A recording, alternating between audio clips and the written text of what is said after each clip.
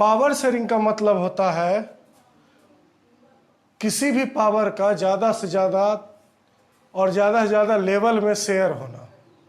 मतलब अगर हम बात करें कि टोटल डेमोक्रेटिक कंट्री हो या फिर मोनार्कियल स्टेट हो या फिर डिक्टेटरशिप हो, किसी भी देश को चलाने के लिए जो पावर की ज़रूरत होती है वो पावर कितने पार्ट में और कितने लेवल पर स्प्लिट अप होता है।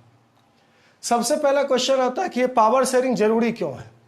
Why power sharing is essential for any country. देखिए, कंसंट्रेशन ऑफ पावर का एक जगह पे होना या तो बहुत अच्छी बात होती है या फिर बहुत खराब बात होती है। डेमोक्रेटिक कंट्री में पावर्स का डिस्ट्रीब्यूशन अलग अलग जगह पे होना ये जरूरी है। हम लोग दो स्टेप से समझेंगे इस चीज को, दो स्टोरी हम लोग यहाँ पे पढ़ेंगे जिससे पता चलेगा कि पावर शेयरिंग होना क्यों जरूरी है। सबसे पहले पढ़ते हैं बेल्जियम के बारे में। तो एक देश है जिसका नाम है बेल्जियम। कहाँ है जी? तो ये वेस्टर्न यूरोप में एक छोटा सा देश है। एरिया लगभग हरियाणा के बराबर है और पॉपुलेशन हरियाणा से आधा, करीब करीब 1 करोड़। इसके अगर बाउंड्री की बात करें तो नीदरलैंड, जर्मनी, फ्रांस, ये सब इसके बाउंड्री से जुड़े हुए हैं और इसका कैपिटल है ब्रुसेल। अब यहां पे हमें एक चीज समझना पड़ेगा जिसको कहते हैं इथेनिक कंपोजिशन। क्या होता है इथेनिक कंपोजिशन? इथेनिक कंपोजिशन का मतलब है कि किसी भी जगह पे या किसी भी एक पार्टिकुलर जगह पे किस कम्युनिटी के या कौन सी स्पेशल आइडेंटिटीज के लोग रहते हैं। तो अगर हम लोग बात करें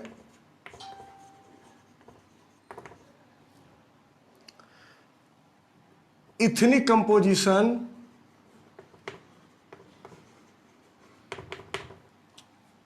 पूरे पहले हम लोग बेल्जियम का देखेंगे,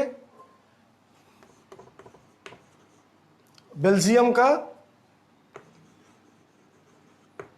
उसके बाद इसके कैपिटल का देखेंगे। पूरे बेल्जियम का अगर पावर शेयरिंग देखा जाए तो यहां पे 2 रीजन है। सबसे पहले को कहता है फ्लेमिश रीजन।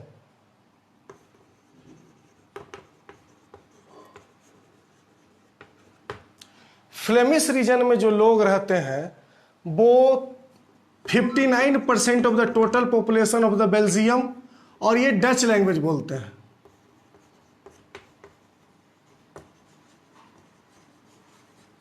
डच लैंग्वेज बोलते हैं। दूसरा है बेलोनियल रीजन।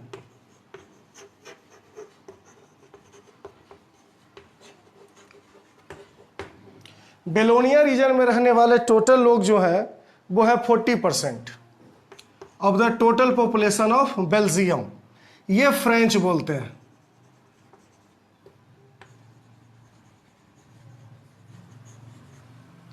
यानी ये डच स्पीकर्स हैं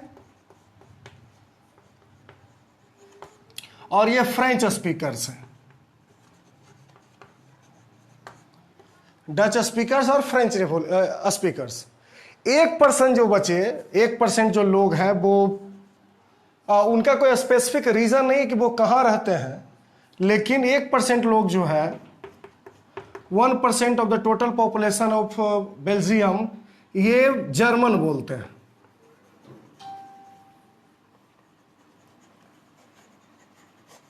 ये जर्मन लैंग्वेज बोलते हैं। ये हो गया इथेनिक कंपोजिशन ऑफ बेल्जियम। इसी तरीके से बेल्जियम की जो कैपिटल है ब्रुसेल, अब वहां का हमें इथेनिक कंपोजिशन देखना पड़ेगा। तो अगर हम यहां लिख दें ethnic composition of Brussels,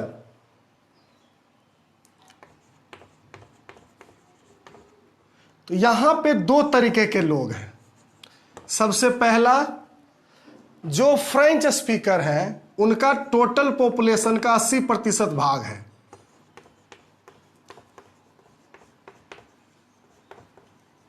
French speakers. दूसरा आते हैं कौन? 20% जो लोग हैं वो हैं Dutch speaker.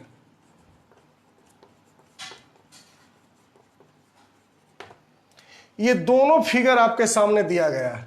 Ethnic composition of Belgium और ethnic composition of Brussels. Exam में दोनों से क्वेश्चन पूछे जाते हैं।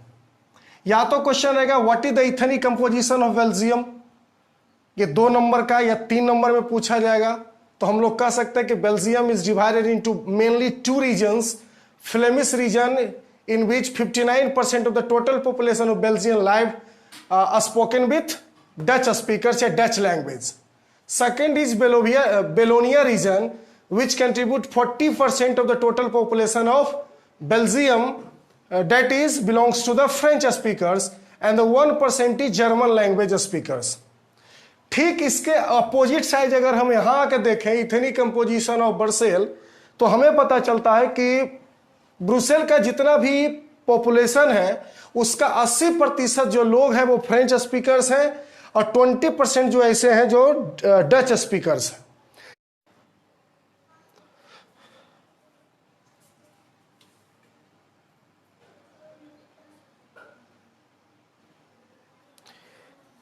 यहां से हमें 2 चीज देखने को मिलता है। सबसे पहले क्या देखने को मिला कि अगर बेल्जियम की बात करते हैं तो बेल्जियम में जो डच स्पीकर्स है वो पूरे बेल्जियम में मेजोरिटी में है और फ्रेंच स्पीकर्स जो है वो माइनॉरिटीज में है। लेकिन अगर ये मेजोरिटी और माइनॉरिटी की बात अगर हम अप्लाई करें ब्रुसेल पर, यानी उसके कैपिटल पर, बेल्जियम के कैपिटल पर, तो पता चलता है कि बेल्जियम में 80% जो फ्रेंच स्पीकर्स है वो क्या है, मेजोरिटी में है और 20% जो डच स्पीकर्स है वो माइनॉरिटीज में है। यानी कि यहां से हमें एक चीज समझ में आता है कि जो पूरे देश में, पूरे बेल्जियम में मेजोरिटी में है वो कैपिटल में आकर के माइनॉरिटीज में हो जाता है, और जब जो पूरे देश में माइनॉरिटीज में है वो कैपिटल में आके मेजोरिटी में आ जाता है।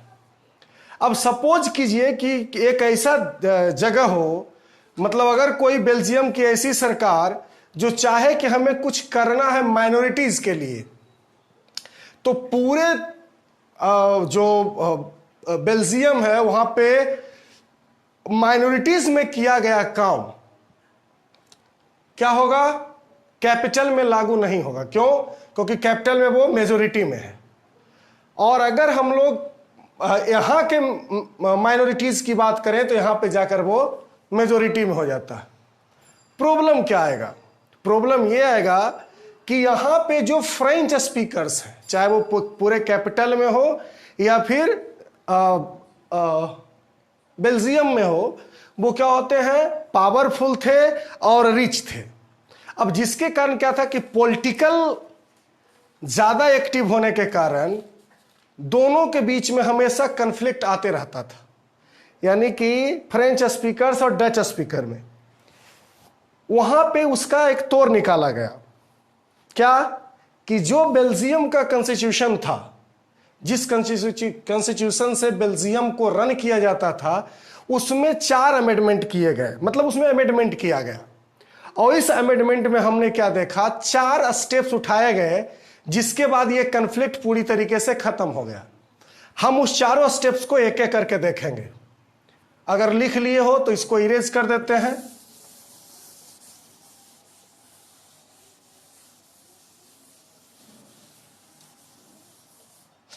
तो अब हम देखेंगे कि वहां का कॉन्स्टिट्यूशनल अमेंडमेंट जो हुआ वो क्या था।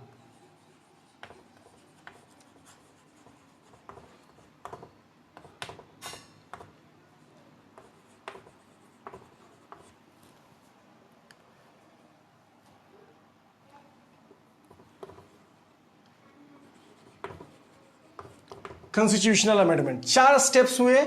सबसे पहला स्टेप क्या हुआ कि जो सेंट्रल गवर्नमेंट होते हैं, सेंट्रल गवर्नमेंट में जो टोटल नंबर ऑफ रिप्रेजेंटेटिव था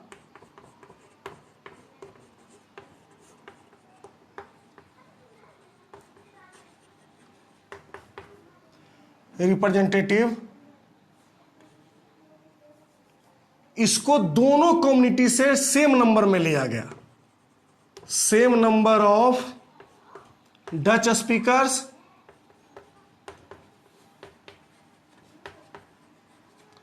एंड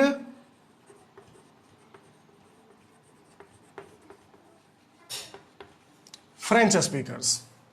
क्या हुआ, जो सेंट्रल गवर्नमेंट में था वहां पे जितने भी मिनिस्टर्स होते थे, इस सभी मिनिस्टर्स को बराबर रिप्रेजेंटेशन दिया गया। अगर 4 आ रहे हैं डच स्पीकर्स से तो 4 ही आएंगे फ्रेंच स्पीकर्स से। 10 अगर डच से आ रहे हैं तो 10 फ्रेंच से आएंगे। इस तरीके से बराबर नंबर ऑफ रिप्रेजेंटेशन दिया गया सेंट्रल गवर्नमेंट में। उसके बाद ये पहला काम हुआ। दूसरा जो था क्या, सेंट्रल गवर्नमेंट और स्टेट गवर्नमेंट को अलग कर दिया गया। यानी गवर्नमेंट जो था, गवर्नमेंट ऑफ बेल्जियम, गवर्नमेंट जो था वो उसको 2 भागों में बांट दिया गया। पहले भाग को हमने बोला यूनियन गवर्नमेंट, पहले को बोला यूनियन गवर्नमेंट, और दूसरे को बोला गया state government.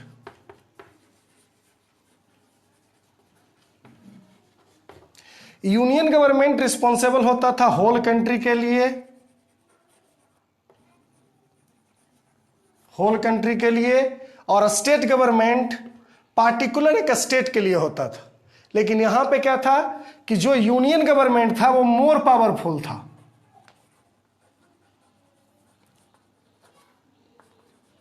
More powerful than state government.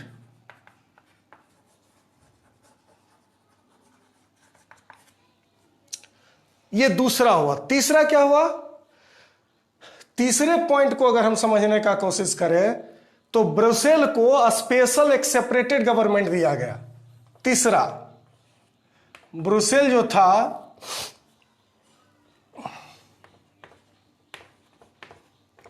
Got separated government.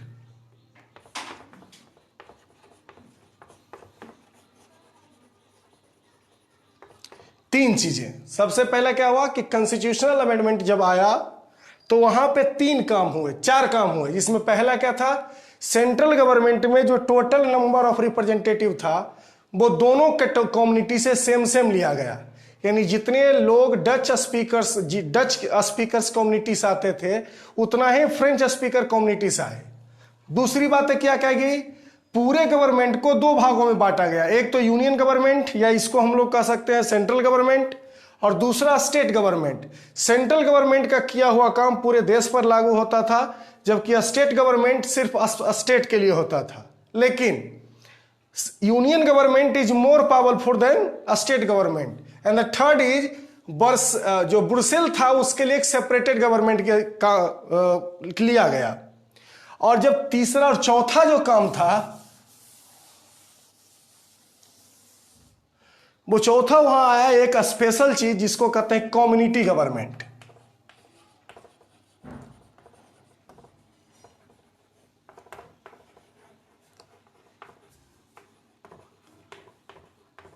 Community government. इसमें क्या था जी, दोनों लोग, दोनों स्पीकर्स, चाहे वो डच हो या फिर फ्रेंच हो, बोथ लोग अपना अपना एक गवर्नमेंट चुनते थे। वो पूरे होल कंट्री का होता था, जो रिस्पॉन्सिबल होता था किस चीज के लिए, culture, education, language related issue के लिए। यानी कि जो कम्युनिटी गवर्नमेंट होता था उसमें दोनों कम्युनिटी के लोग अपना अपना एक लोग चुनते थे, जो रिस्पॉन्सिबल होता था 3 चीज के लिए। एक तो होता था एजुकेशन के लिए, दूसरा होता था कल्चर के लिए, और तीसरा होता था किसके लिए, वो लैंग्वेज रिलेटेड इशू के लिए।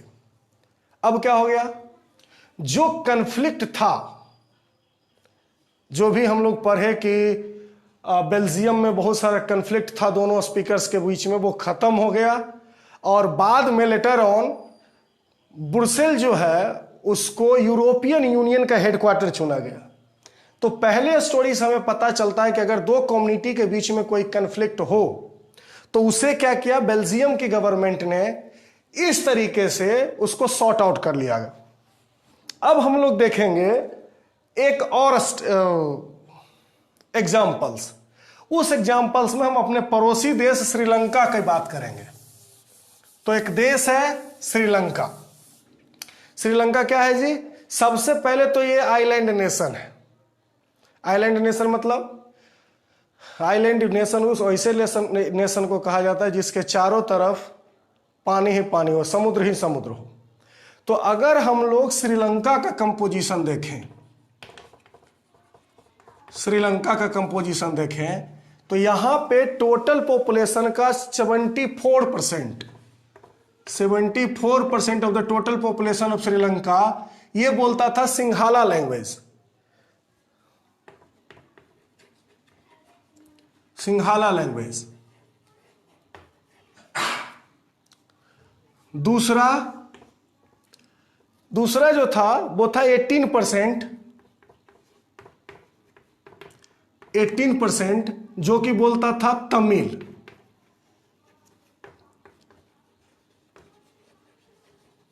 तमिल लैंग्वेज। अब ये जो तमिल था, ये जो तमिल थे, इसके दो सब ग्रुप थे। एक था श्रीलंकन तमिल,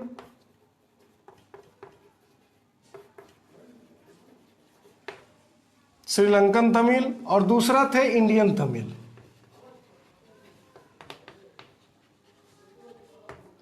एक थे श्रीलंकन तमिल और एक थे इंडियन तमिल। अगर हम लोग श्रीलंकन तमिल की बात करें तो ये नेटिव थे, वहां के श्रीलंकन नेटिव थे, और ये टोटल पॉपुलेशन का अप्रॉक्स 13% था। 13% ऑफ टोटल पॉपुलेशन। ये क्या करता था? सिंघाला बोलता था और बुद्धिस्ट का मतलब रिलीजन का था।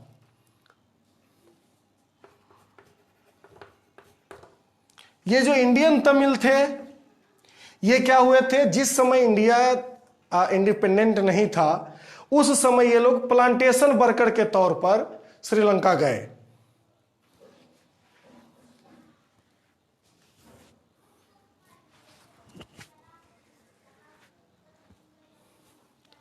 प्लांटेशन वर्कर के तौर पर, और वहीं पे जाके सेटल्ड हो गए, जो कि वहां के क्या थे? 5% ऑफ टोटल पॉपुलेशन। अब यहां तक कोई दिक्कत नहीं है। अब वहां पे एक चीज आई जिसको हम लोग कहते हैं मेजोरिटेरिज्म। मेजोरिटेरिज्म का मतलब क्या होता है? ये एक कॉमन बिलीफ है कि जिस देश में जिसकी संख्या ज्यादा होगी वही वहां के शासन को चला सकता है। किसी भी देश में जिस कास्ट, जिस कम्युनिटी, जिस रिलीजन की संख्या ज्यादा होगी, जिसके लोग वहां ज्यादा होंगे, वो उस देश को चला सकते हैं, ऐसी मान्यताएं हैं। हुआ क्या?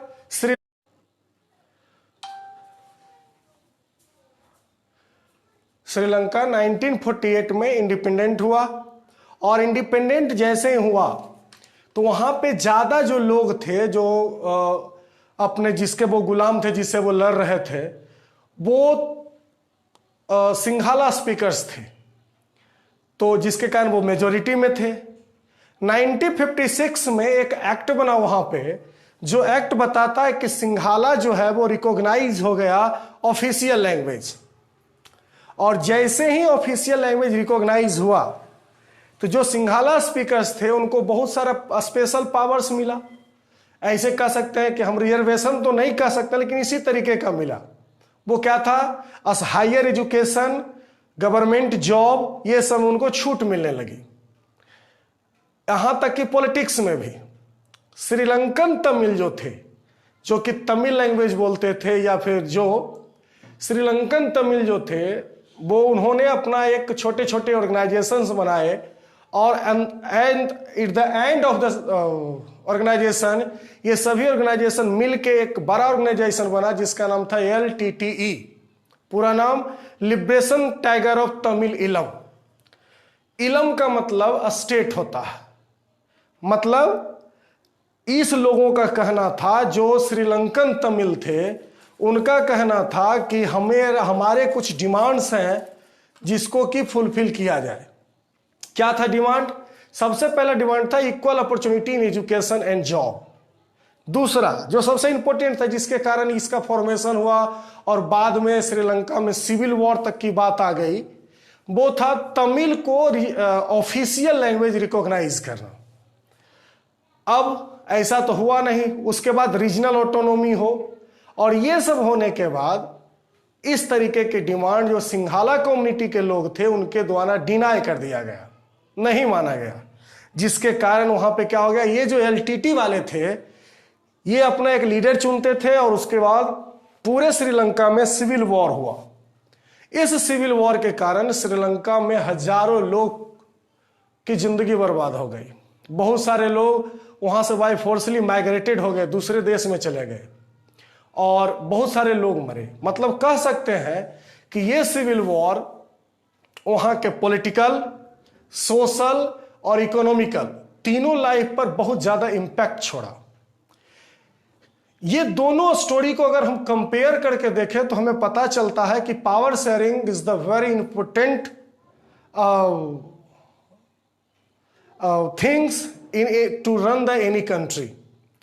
अगर बेल्जियम की बात करें तो बेल्जियम में दो ग्रुप के बीच के डिस्प्यूट्स को वहां की गवर्नमेंट अच्छे से सेटल कर ली, जबकि अगर हम श्रीलंका की बात करते हैं तो श्रीलंका में पता चलता है कि ये चीजें नहीं हो पाई, जिसके कारण यहां पे इस तरीके का सेटअप, पॉलिटिकल सेटअप नहीं हो पाया, और ये पॉलिटिकल सेटअप अंतिम में सिविल वॉर में कन्वर्ट हो गया। याद रखेंगे हम लोग कि इसी एलटीटीई का एक लीडर था जिसका नाम था प्रभाकरण, जिन्होंने भारत के प्रधानमंत्री राजीव गांधी को उड़ा दिया था। मतलब राजीव गांधी के मृत्यु के पीछे एलटीटीई के प्रभाकरण का ही हाथ था। क्यों कैसा, इससे हमें मतलब नहीं है, बस एलटीटीई के बारे में ये जानकारी है। इस तरीके के बात से हमें पता चलता है कि सेम तरीके के डिस्प्यूट्स दो देशों के बीच में, दो कम्युनिटी के बीच में देखा जाता है, और अगर वहां की पॉलिटिकल जो पॉलिसी है अगर वो अच्छे से डिटरमाइन हो तो पता चलता है कि एक जगह ये चीजें अच्छे तरीके से सुलह में आ गई, जबकि दूसरे तरफ अगर हम देखते हैं तो पता चलता है कि पावर शेयरिंग बहुत इंपॉर्टेंट है किसी भी देश के लिए। इसका रिपीट, अगर इस वीडियो का आप रिपीट देखना चाहते हैं तो आप हमारे YouTube channel Dream Tech Education को सब्सक्राइब कर लें और हमारे फेसबुक पेज पर लाइक का बटन दबाइए। आगे हम लोग अगले वीडियो में हम लोग बात करेंगे कि पावर शेयरिंग कितने तरीके का होता है और किसी भी कंट्री के लिए क्यों जरूरी है। इसके बाद हम लोग उस वीडियो में कुछ इंपॉर्टेंट क्वेश्चन को भी लेके चलेंगे। आप लोग के दिमाग में भी या आप लोग के पास भी अगर कोई पावर शेयरिंग से रिलेटेड क्वेश्चन है तो कमेंट में डालें, हम कोशिश करेंगे कि अगले वीडियो में उसका हम सॉल्यूशन दें। Thank you, have a nice day to you all.